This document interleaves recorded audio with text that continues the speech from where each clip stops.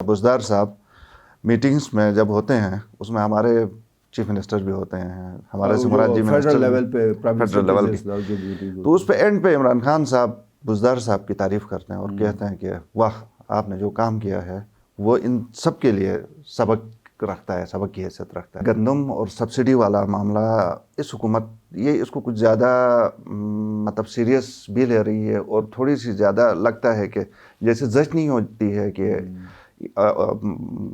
لگتا ہے کہ ساری بمباری ان کے اوپر ہو گئی ہے اور کچھ یہ اپنے اوپر زیادہ تاری بھی کر لیتے ہیں۔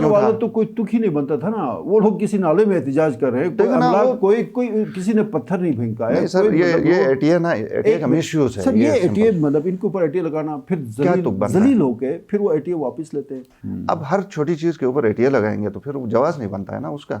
اب کوئی اگر پروٹیسٹ کرتا ہے 2 منٹ کے لیے اس کے اوپر تو اے ٹی اے آپ پولیٹیکل کوئی پروٹیسٹ کے خلاف تو اے ٹی اے لگ ہی نہیں سکتا ہے نا۔ یہ تو اپنے آپ کو مذاق بنوانے والی بات ہے۔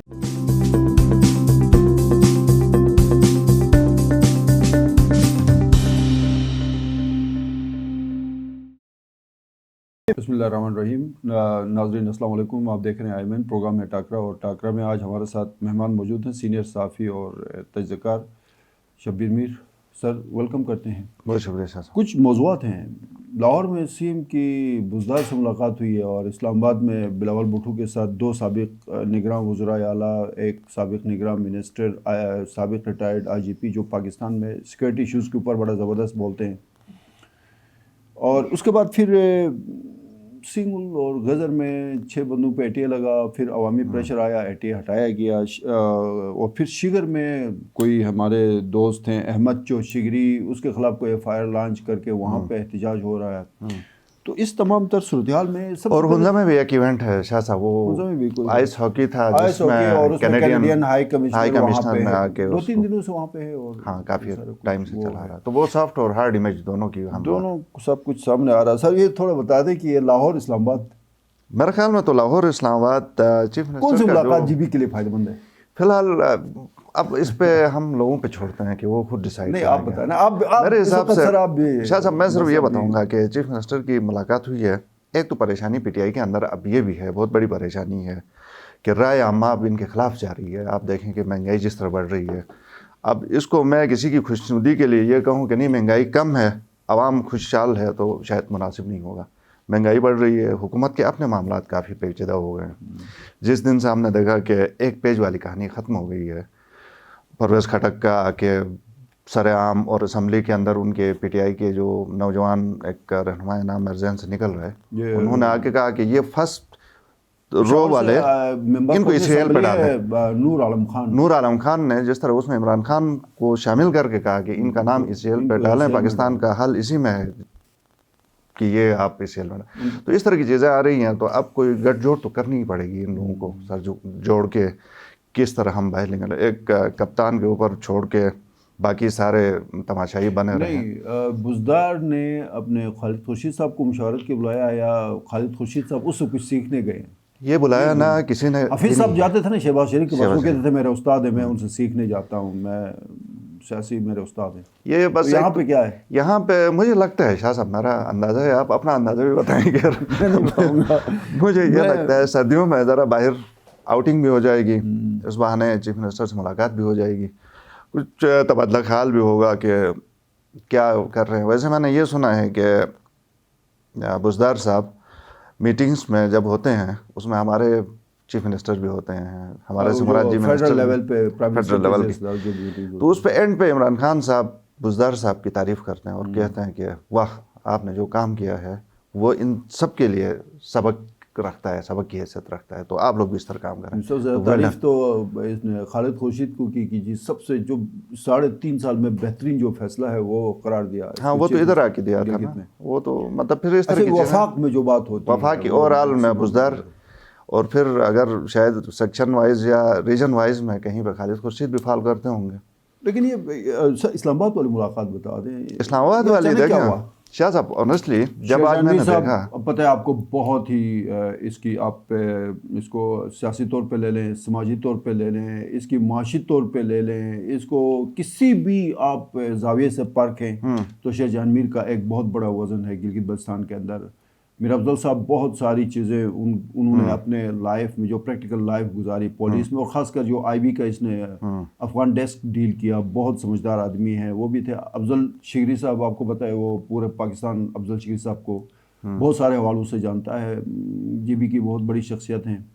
تو یہ جو ملاقات ہوئی ہے، اس ملاقات کو جب مجھے پتہ چلا تو میں نے کہا کہ میں 1 منٹ کے لیے آپ کی کوئی رابطہ پاز نہیں، میں نے کہا کہ یہ کیا ہو گیا، میر صاحب بھی کہیں کوئی بیک ڈور ڈپلومیسی تو نہیں چل رہی ہے۔ پھر دوسرے ہمارے وزیر اعلیٰ صاحب، پھر عمران ندیم صاحب، ادھر پہ امجد صاحب تھے جیسے آپ نے نام لیے، تو ان بھاری بھرکم پرسنالٹیز میں تو مجھے لگا کہ کچھ نہ کچھ بہرحال، لیکن پھر میں نے کچھ انویسٹیگیٹ کیا اپنے طور پہ، تو پتہ یہ چلا کہ یہ امجد صاحب کی ہیروئکس ہیں، یعنی انہوں نے اس کو بڑے اچھے طریقے سے کھیلا ہے، اور گلگت بلتستان میں پارٹی کے لیے ایک زبردست قسم کا امپریشن دینے میں کامیاب ہوئے ہیں۔ ایک ساتھ اتنے سارے لوگ جو ہیں، اب وہ دیکھنے والے، پڑھنے والے، وہ تو صرف یہ دیکھتے ہیں اچھا ان کی ملاقات ہو گئی ہے، بہت بڑی بات ہے، ڈیٹیل میں نہیں جاتے ہیں جب تک کہ کوئی ان کو پہنچانا دے۔ ڈیٹیل میں جانا میرا اور آپ کا کام ہے نا، میرا اور آپ کا کام ہے، میں تو ہم نے ڈیٹیل میں جا کے لوگوں کو بتانا ہے۔ امجد صاحب نے بڑا اچھا، ویسے میں بتاؤں سیاسی طور پہ، جیسے یہاں پہ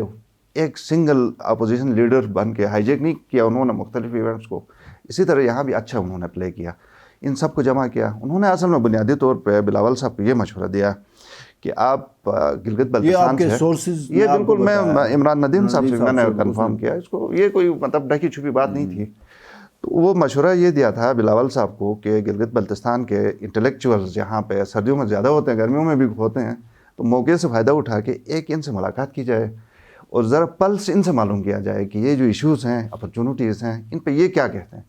تو اس پہ انہوں نے کہا، بلاول صاحب نے کہا مجھے کوئی اعتراض نہیں، آپ جن کو بلانا چاہے۔ تو انہوں نے یہ فوری طور پہ 4-5 نام لیے، انہوں نے کہا ٹھیک ہے۔ تو اس میں شہجان میر صاحب اور ڈی آئی جی صاحب ہمارے سابق سی ایم، پھر منڈوک صاحب بھی اس میں، ہمارے وزیر وقار عباس منڈوک کا مشیر خزانہ تھے نا پچھلی، اسی کابینہ میں انٹرم میں، تو ان کو بلا کے ایک گپ شپ ہوئی اور اس کے بعد ایک گروپ فوٹو بنا۔ لیکن وہ جو تاثر چھوڑنے میں ہے جس کے لیے انہوں نے امجد صاحب نے بلایا تھا، وہ زبردست تھا، ڈینائی کرے، بڑا ایک امپریشن زبردست کیا، پولیٹیکلی پیپلز پارٹی کو یہ بینیفٹ پہنچا۔ لیکن کہیں پہ یہ بھی تو ہو سکتا ہے کہ یہ ان کو کنونس کرنے کے حوالے سے کوئی پہلی سیڑھی ہو بھی سکتا ہے، کیونکہ دیکھیں بعض لوگ جو مستقبل دیکھتے ہیں اس میں پیپلز پارٹی کا بڑا کردار دیکھتے ہیں، خاص کر جی بی کے حوالے سے، تو جن کو انوائٹ کیا گیا تھا انہوں نے بھی یہ سوچا ہوگا کہ پیپلز پارٹی کوئی ایسی ویسی جماعت تو نہیں ہے، اچھی خاصے روٹس ہیں گلگت بلتستان میں، تو ان کی کسی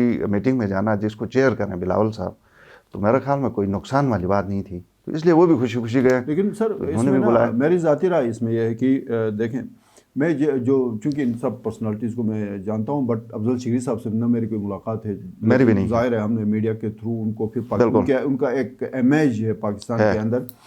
بدقسمتی یہ رہی کہ افضل شگری صاحب، مہدی شاہ صاحب جب چیف منسٹر بنے تو انہوں نے اپنی خدمات ان کو پیش کر دی تھی، مہدی شاہ صاحب استفادہ نہیں کر سکے۔ شروع سے نظریاتی طور پہ افضل شگری صاحب پیپلز پارٹی کے ساتھ کمفرٹ فیل کرتے ہیں، جو میں سمجھتا ہوں یا میری نالج کے مطابق صحیح بات ہے۔ اسی حوالے سے اس نے کوشش کی کہ مہدی شاہ کے ساتھ، چونکہ وہ پہلا صوبے کا اسٹیٹس ملا تھا، مہدی شاہ پہلے چیف منسٹر تھے، تو انہوں نے کوشش کی، لیکن ظاہر ہے پولیٹیکل لوگوں کا اپنا ایک مزاج ہوتا ہے، تو پھر مہدی شاہ صاحب جب اپنے راستے پہ چلنے لگے تو پھر افضل شگری صاحب نے اپنا راستہ الگ کر لیا، جو علاقے کا نقصان ہوا۔ دوسرے شیر جہانوی صاحب کے ساتھ میرا ایک بہت پرانا ایک تعلق ہے، کوئی 30-31 سال پہ محیط ایک تعلق ہے، 90s سے آنورڈ۔ ان کی مہربانی ہے، وہ گاہے بگاہے انہوں نے ہمیں گائیڈ بھی کیا، مجھے اور سعد صاحب کو اس فیلڈ کے اندر بہت زیادہ انہوں نے گائیڈ کیا۔ شیر جہانوی صاحب بھی جو ہے نا، پیپلز پارٹی کے جتنے بھی سینئرز ہیں یہاں کے، ان کے ساتھ بہت زیادہ اپنے آپ کو کمفرٹ فیل کرتے ہیں۔ میر افضل صاحب کا یہ ہے کہ ڈی آئی جی صاحب ظاہر ہے وہ ایز اے پروفیشنل جرنلسٹ، جب وہ D I G Gilgit range تھے تو اس وقت ان کے ساتھ بھی، بعد میں بھی بہت سارے معاملات کے اوپر ان کے ساتھ، اور یہاں آئی ایم این بھی تشریف لائے تھے، ان کے ساتھ ہم بیٹھے۔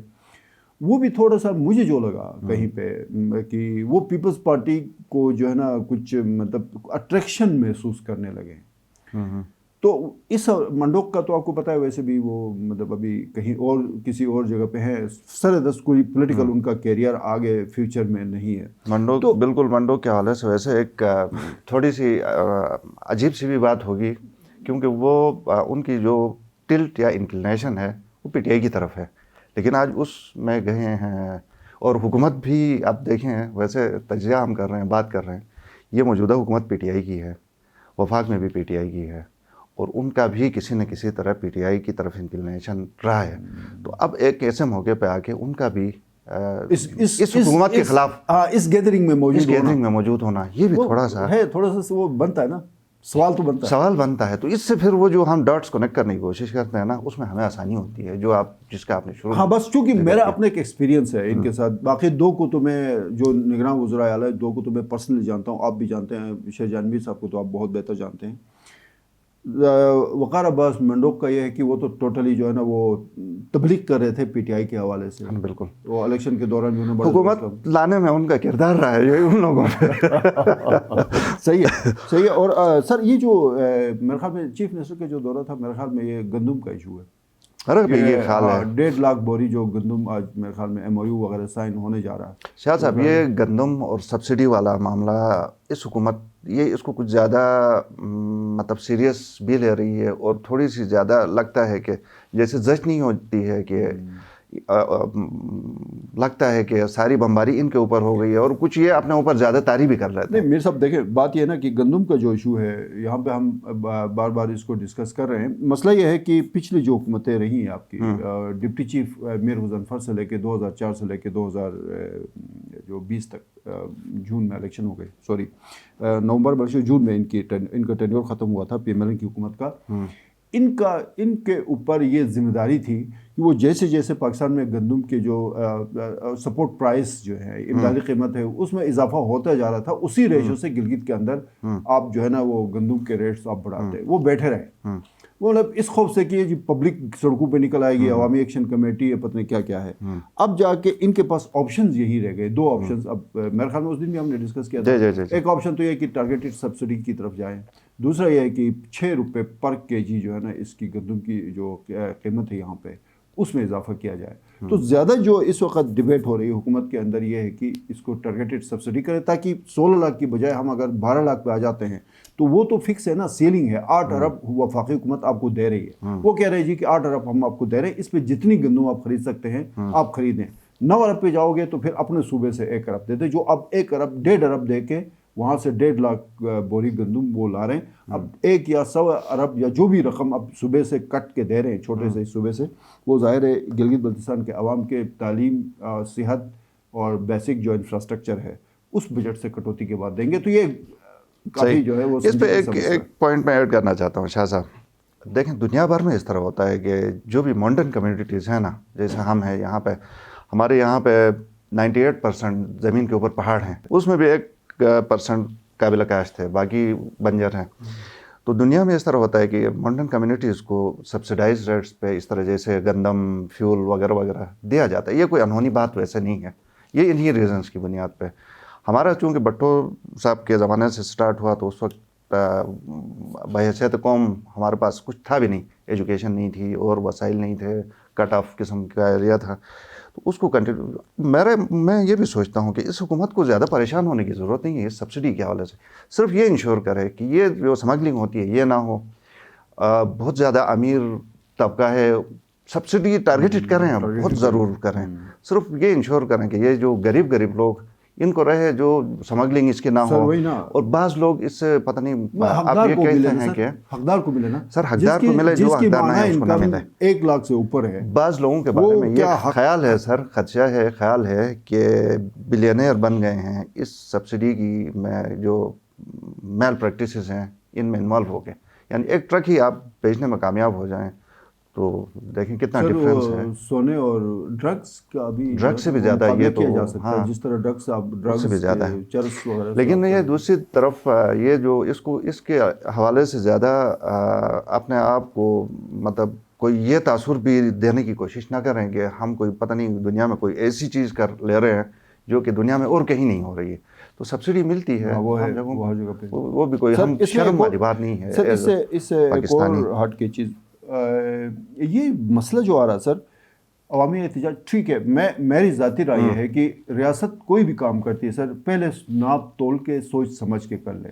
بار بار کے یہ جو سرنڈرز ہوتے ہیں نا، اس سے سبکی ہوتی ہے، اس سے عوام کے اندر پولیس یا جو بھی دیگر سیکورٹی ادارے ہوتے ہیں ان کا امیج گر جاتا ہے.